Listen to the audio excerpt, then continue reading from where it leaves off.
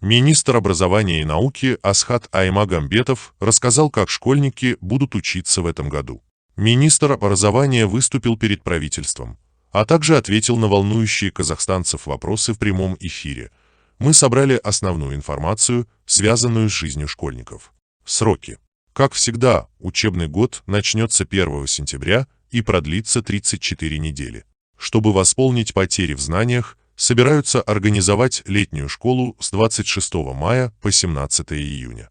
Также в Министерстве образования и науки уже утвердили сроки каникул. Осенние 7 дней с 1 по 7 ноября включительно. Зимние 11 дней с 30 декабря по 9 января включительно. Весенние 12 дней с 19 по 30 марта включительно.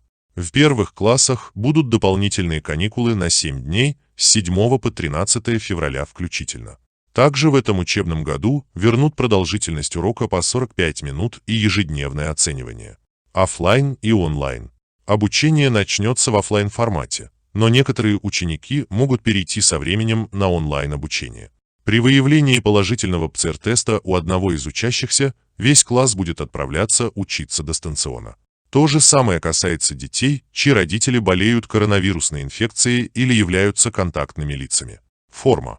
В этом году сохранили требования по школьной форме, однако при этом разрешили носить удобную одежду делового или классического стиля. Особенности.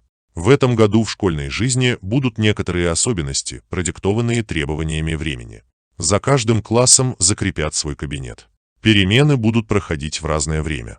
У всех находящихся в школе ежедневно будут измерять температуру. Посторонним лицам запрещено будет проходить в здание школы.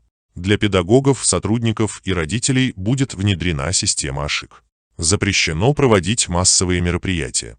Напомним, студенты также будут учиться в оффлайн формате.